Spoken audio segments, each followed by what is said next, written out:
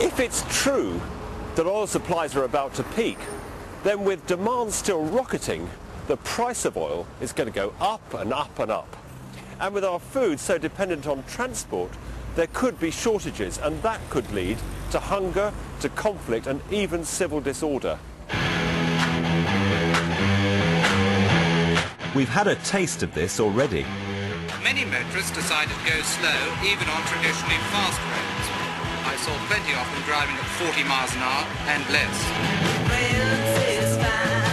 In 1973, the oil producers in the Middle East hiked up the price of crude, so we suddenly had to get serious about conserving energy, driving slowly, for example.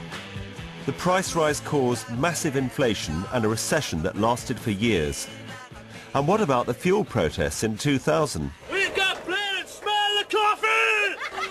Shortages of petrol and diesel caused chaos. There weren't just queues at the pumps, there was panic buying in the stores, and supplies of bread and milk actually ran out. Some insiders said we were 2 days away from a national food crisis. Maybe people have short memories.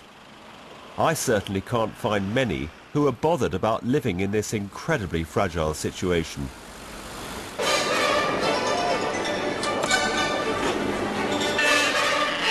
It's the Royal Welsh Show, that great annual festival of the countryside. And you can see how seriously addicted many farmers are to fossil fuels. Everything from fertilizers to monster machines guzzle oil or gas. And if I said to you that in 4 or 5 years, maybe the price of oil might triple, would that worry you? Oh yeah, it would worry me. It would worry me. We'll have to go back to horses. If the oil runs out, another form of energy will be probably produced as quickly as you want to actually replace it. As you can see, lots of us are unaware of our dangerous dependency. Perhaps because people in government aren't telling us enough. The 2 big UK oil companies wouldn't take part in this programme. They seem reluctant to talk publicly about the issue. In 2004, Shell admitted it had been overstating its oil reserves.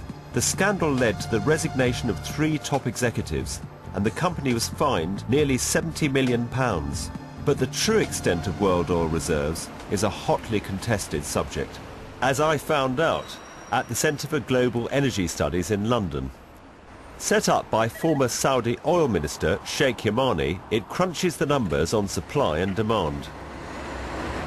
My view is that we are a good 20 years away from it. A lot of the early toppers, those who say that we've reached the peak already, are basing a lot of their analysis on what they call conventional oil. Now, as technology has advanced, an awful lot of the new oil that is being developed and produced falls outside of this definition of conventional oil. Reserves which are sited in remote places and which are going to be extremely expensive to extract. Surely, might I suggest to you that that is being a little bit irresponsible to give out messages of security and complacency even?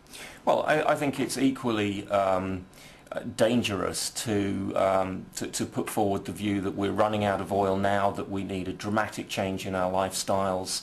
People have been thinking that oil production has peaked ever since oil production began.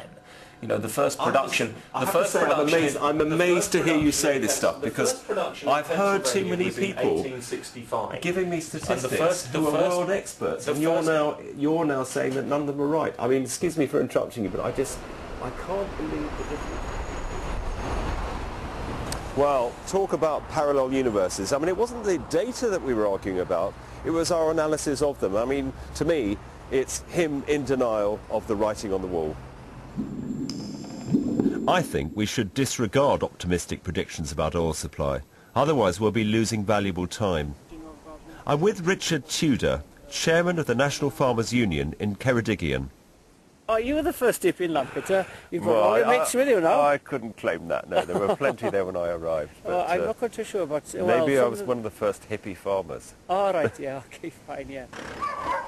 Richard runs a typical West Wales farm, And like us all, he's pretty dependent on oil. But he doesn't seem too bothered about it yet.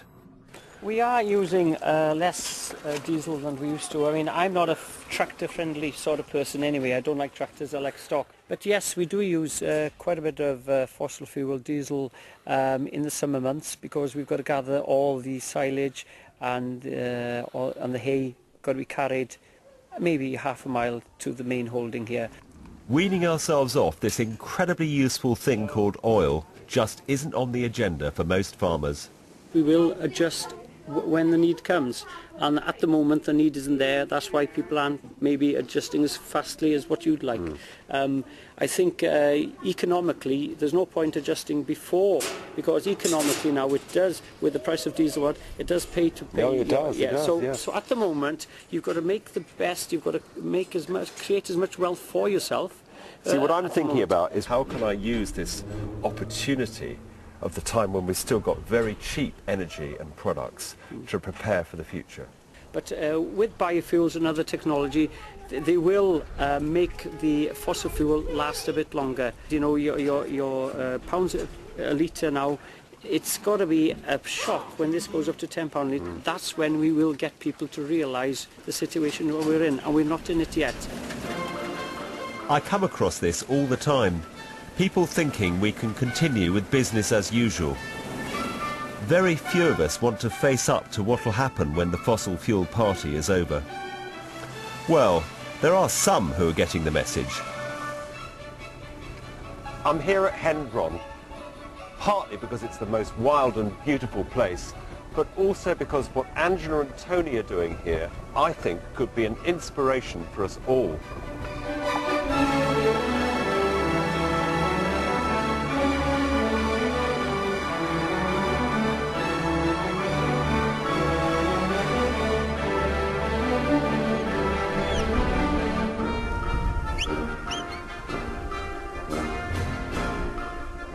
By farming organically here in the Elan Valley and using some horsepower, the Davises have already reduced their dependence on energy. But they've gone further.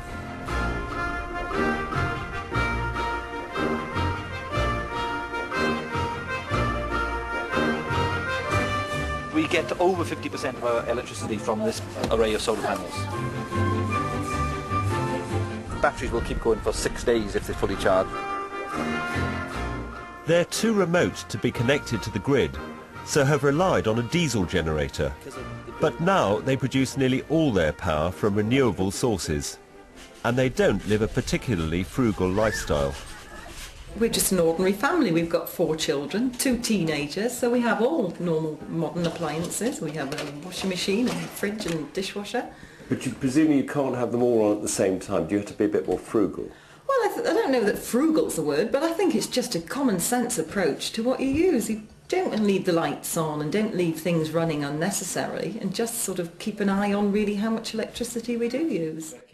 Generating their own energy has made them more conscious of how much they use, leading them to halve their consumption.